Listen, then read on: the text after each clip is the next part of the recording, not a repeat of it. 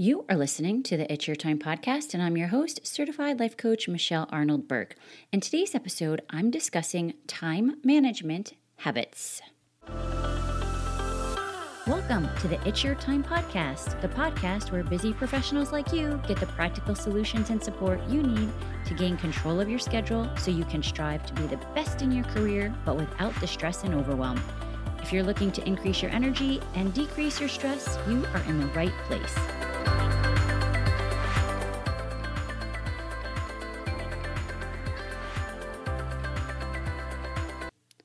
Hello. Welcome back to the podcast, friends. I am so happy that you are here, and I think today is going to be a very helpful episode for many of you. Well, let me take a moment. I usually think every episode will be helpful for you, but I guess today especially helpful. Okay, since we are talking about time management habits, let's get right into it in respect of your time. Now, a little background for you as I begin. For those of you who have been here with me for a while, you may recall that I started the podcast on how to drink less. It was mostly for women who were not alcoholics, but just felt like maybe they wanted to cut back in order to feel more energized or to maybe lose some of those last lbs.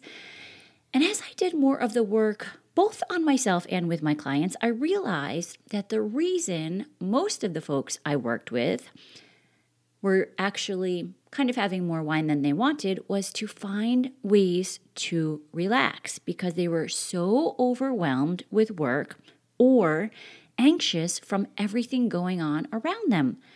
So I thought, might I still be able to help these women and many more if I did the podcast around ways to use your time? It's your time in order to feel better, to be able to excel in your career, for example, but without the stress and overwhelm. And so today, I really want you to consider how some of the habits that you are currently doing may or may not be helping you in that area. And the habits I'm talking about today, they are not going to be time hack habits. They are much deeper than that. I want to get to the core of what you have going on around how you look at time and how you use your time, and have you decide how you want to spend your time moving forward. It really is one of our most precious resources. And I will tell you, I got coached hard on this topic a couple of years ago because for such a long time, I was right where you are likely at today. I felt like work was everything, and I never had time for anything else, and I just kept thinking, there has to be more to life. And I will tell you, there is more to life. And if you keep doing this work, it can seriously be life-changing. Now, let me start by asking you if you even know how you currently spend your time. And I mean really know. My guess is you have some idea, but it's really important for you to become aware of where you are now in order to decide where you want to get to and what needs to be done in between. So, one of the tools that I like to use with folks is taking the time to do a time journal. And I would say track it for 2 weeks to get an idea of how you spend your time. Because so often we are reacting to what is going on around us instead of owning that it is our time and knowing that we get to decide what we are doing with it. And let me be clear. You are currently deciding. You may not think you are, but you are. So you must be clear on what it all looks like for you in order to continue deciding to spend your time in ways that are exactly what you want. Now, the tool that I share with my clients is a calendar broken up into 15-minute blocks. So from the time you get up, and yours might look a little different than mine because I think mine starts at like 2:30 a.m. And then until the time you go to bed, journal what are you doing with your time. That is the first step. So 15-minute blocks, journaling what it is that you're doing in those time blocks. And I want to take a moment to pause because when my coach first had me do this, I was like, does she really think I have time to do this? So if you are telling yourself that or thinking I'm crazy requesting this, I will answer that question for you. You do have time to do this. If you really want to change what you have going on, you will do this. It actually doesn't take that much time at all. Now, once you see what you are doing, and I want you to be specific because the next step is to look at everything on the calendar and decide where does it fit in the following categories. And I think Gay Hendrickson talks about these zones in his book, The Big Leap, if I remember correctly. Number 1 is going to be your zone of genius. This is your sweet spot. You can achieve flow state here, and you are the most powerful. Number 2 is going to be your zone of excellence. You can do it, and you are great at it. Number 3 is going to be your zone of competence, and that is where you can do it, you're good at it, and someone else could also do it for you. And then number 4 is your kryptonite. You procrastinate, your skin crawls, and you want to hide from it. So you can name the zones, whatever works for you, to be honest, but this will at least get you started. So take a look at what you're doing, label each zone, and then decide if it still makes sense. Because a lot of times we are doing things that could actually be delegated. They aren't our zone of genius. And doing more in your zone of genius and excellence will help make tremendous changes in not only how you feel, but what results you end up with. So, again, step 1, become aware of how you are spending your time.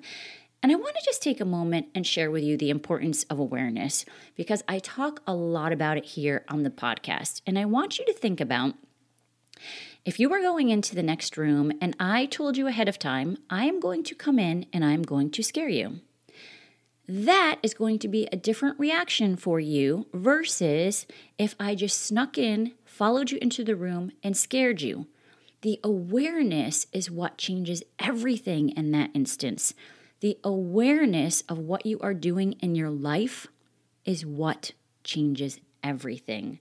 So become aware of how you are spending your time. What habits have you implemented that you might not even realize you are doing? That is going to give you so much insight and allow you to make changes as you see fit. Now, the next idea I want you to consider is how you talk about your time. And I kind of chuckle because sometimes I hear people around me talk about time, and again, totally out of love because I was there, but words matter. Someone recently told me that she was so busy she didn't even have time to brush her hair. And that is not true. I know she was trying to portray how busy she was, but those types of things, those are the lies that we tell ourselves. Or something like, I don't have time to do that, or I don't have enough time, or I'm too busy to do that, or things have been so chaotic, or it's just been hectic. Side note, the only thing chaotic and hectic in those situations is your brain, right? So what is it for you? Or maybe it is those thoughts. Did any of them resonate for you? What is it that you're telling yourself about your time? Here's the thing. We all have the same amount of time. It's how we prioritize our time that allows us to, quote unquote, manage it. We are always in control of our time, and knowing that is super powerful. There is always enough time. You choose to do what you want with every single minute. And I know it doesn't always feel like that, but I am telling you, when you own it, you can decide to change it. You see the difference in these examples? If you're telling yourself over and over, I never have enough time versus I have the perfect amount of time. Just think about how you feel when you say each sentence out loud. What if it was true that you do have the perfect amount of time? Hint, it is. You know how I know? Because again, we all have the same amount. So why is it some people get way more done in less amount of time than others? I know, especially in this industry, that it can be a little, shall I say, uncomfortable or extremely at times to lay down that busy badge of honor. You know, talking about how busy you are, that is a habit. It's a tendency, and it can be changed. And I know being in sales, being busy is highly regarded. That must mean that you are really doing a great job. Not always. I want you to reconsider this idea because being busy doesn't always mean being productive. Being busy doesn't always mean being strategic. Being busy doesn't always mean getting results. And I want you to think about how you show up when you are telling yourself over and over how busy you are. Usually, when we're thinking that we are so busy, we feel overwhelmed. And we sometimes don't even know where to get started because we have so much to do. And we sit in inaction, wasting time, instead of thinking, I have the perfect amount of time and I always figure it out. I am going to be productive today. I am going to do exactly what needs to be done today. Because the words you say after I am are super important. So make sure you're lining yourself up in a way that allows you to do more of what you want. And that brings me to the next idea. What does need to be done each day? Now, in the past, I've talked about not having a to-do list, but instead taking that list and scheduling it, getting all of the things that you want to complete on the calendar for a specific time and for a specific amount of time. And you might ask, well, how do I know how long it will take to complete a project or an activity if I haven't done it before? You guess. Just put it on the calendar and put your brain to work. A lot of times, our brain will complete the item in the time that we have allowed. So I could say I'm going to write this podcast, for example, in 2 hours. And then I might be more likely to check notifications or take a call. As opposed to if I'm saying I'm giving myself 30 minutes to write the podcast. Guess what? I am getting to work on completing it. The call can likely wait. Heck, if I just cut the time down by an hour and a half, I have time to do the call later and write another podcast. Think about it. Give yourself an amount of time and take it from there. A lot of times we overestimate what it is that we can get done in a day, and we underestimate what we can do in a year. So start being intentional and start paying attention, so intention and attention, to how you are using your time. And listen, if the amount of time that you put on the calendar doesn't work out, you at least learn from it and then you adjust accordingly next time.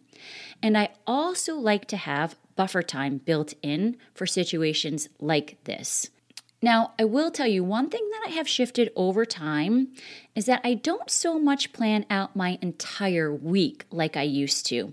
I have the items that I want to have completed for sure by Friday finishers, as Brendan Bouchard calls them. And then each day, I like to take the top 3 to 4 things that are going to move the needle.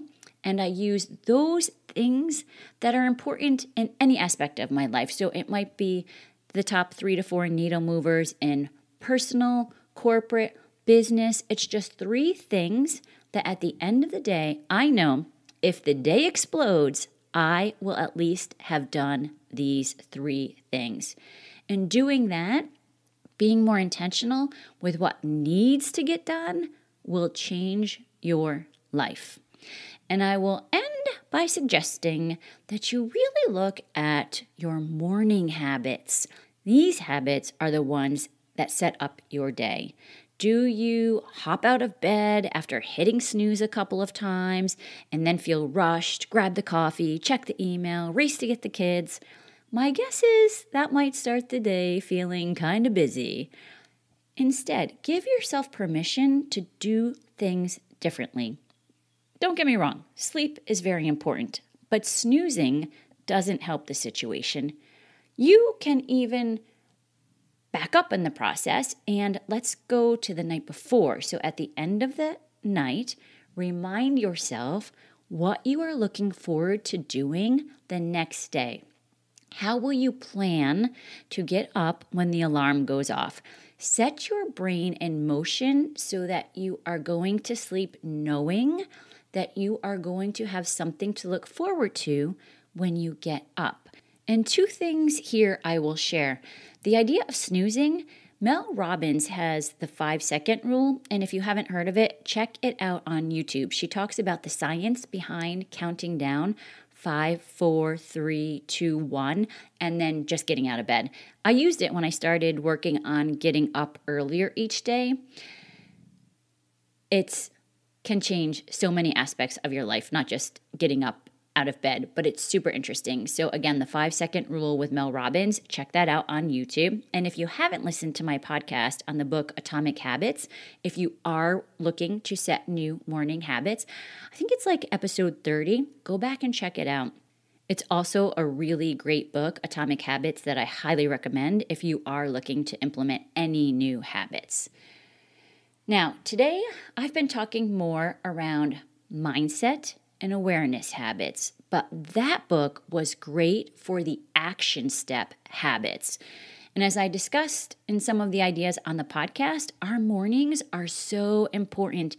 Actually, I think I also have my morning routine podcast from a time back if you wanted to search for that. And if you're looking for a really good book on changing your morning routine, I would suggest Miracle Morning Millionaires by Hal Elrod and David Osborne. Okay, friends, this has been fun. I love talking about time. I love talking about your time. It's such an important part of your life. So 1, become aware of how you are using your time. 2, decide if you want to continue doing that. 3, be intentional with how you prioritize and plan your time. And do not let me continue without adding a big thing I didn't mention yet is that you have to be sure that you put self-care on that calendar. You must take care of yourself in order to keep doing all of what you do. Not taking care of yourself leads to burnout and overwhelm and all of that stuff. You must take care of yourself. 4, set up your morning habits in a way that sets you up for success throughout the day. Listen, I love this. It's totally my jam. If you need help with it, please be sure to get on my email list. I share free weekly content and tools, michelleburkecoaching.com/list. Okay, that's what I have for you today. Let's circle back next week. But for now, make it a great day. Take care.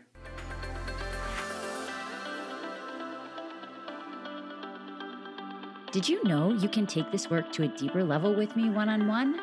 Go to michelleburkecoaching.com and click on Get Started to begin.